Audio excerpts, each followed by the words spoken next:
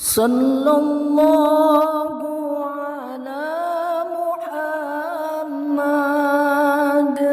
sallallahu alaihi wasallam sallallahu ala Muhammad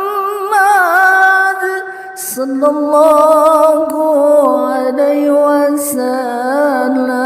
Assalamualaikum warahmatullahi wabarakatuh. Bismillah, alhamdulillah, wassalatu wassalamu ala rasulillah, amma ba'du.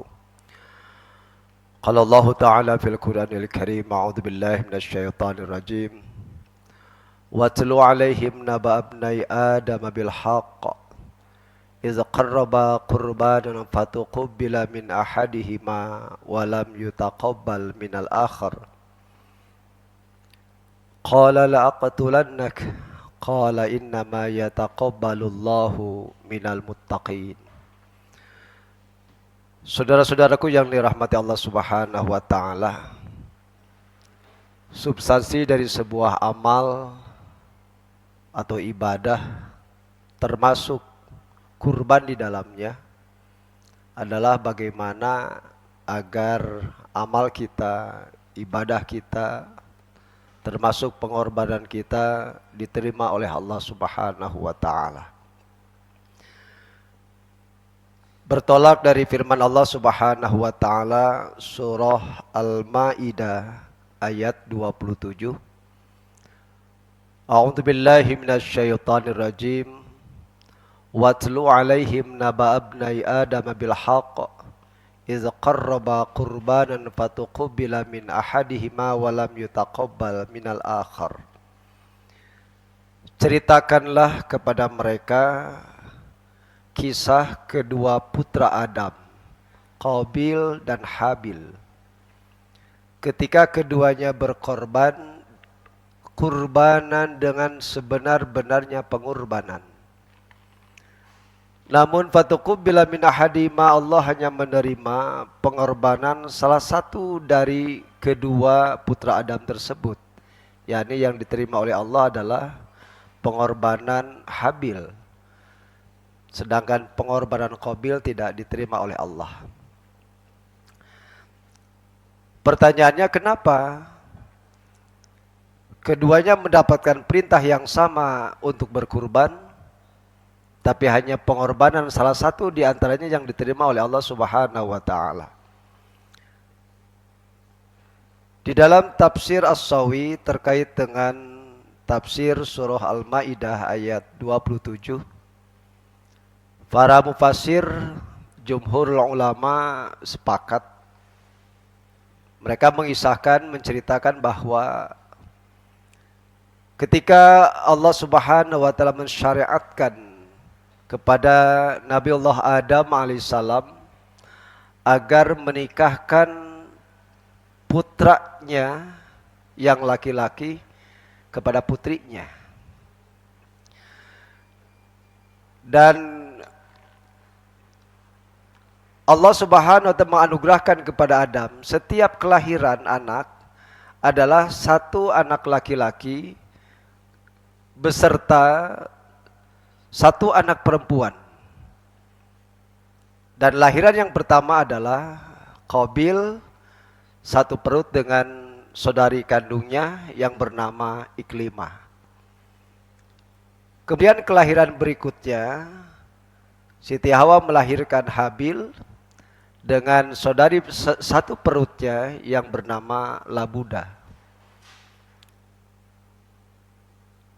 Iklimah, saudara seperut Qabil, memiliki raut wajah yang sangat cantik.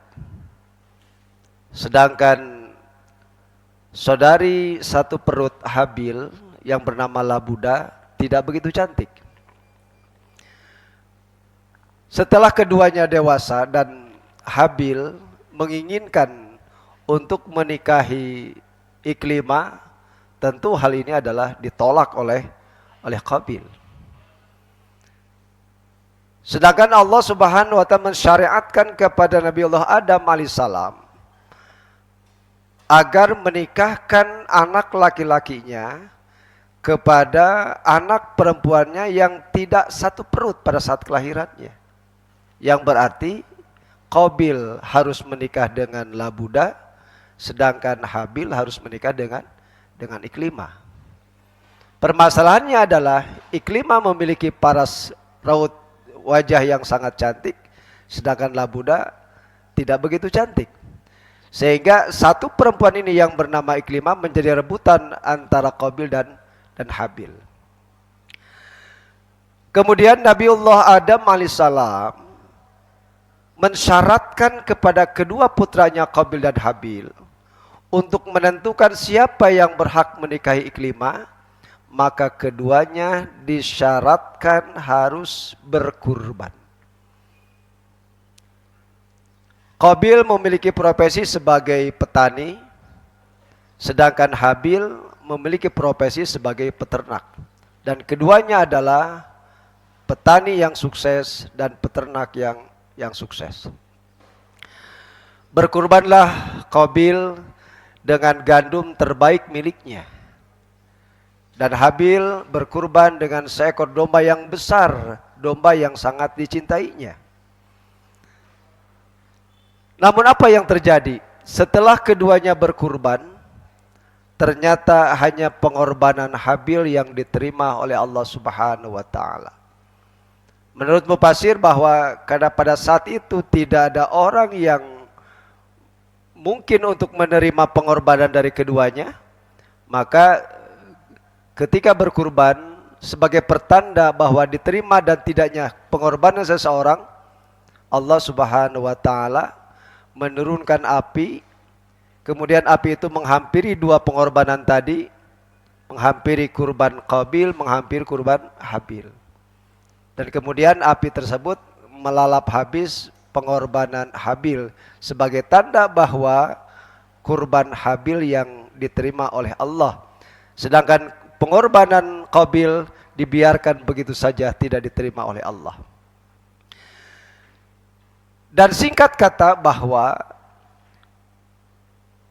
akhirnya Habil menikah dengan Iklimah dan Qabil menikah dengan Labuda. Ternyata permasalahannya tidak semudah itu yang terjadi. Qabil menyimpan dendam terhadap saudaranya sendiri Habil. Sampai ia mengancam, qala la aqtulannak. Wahai Habil, aku pasti akan membunuhmu.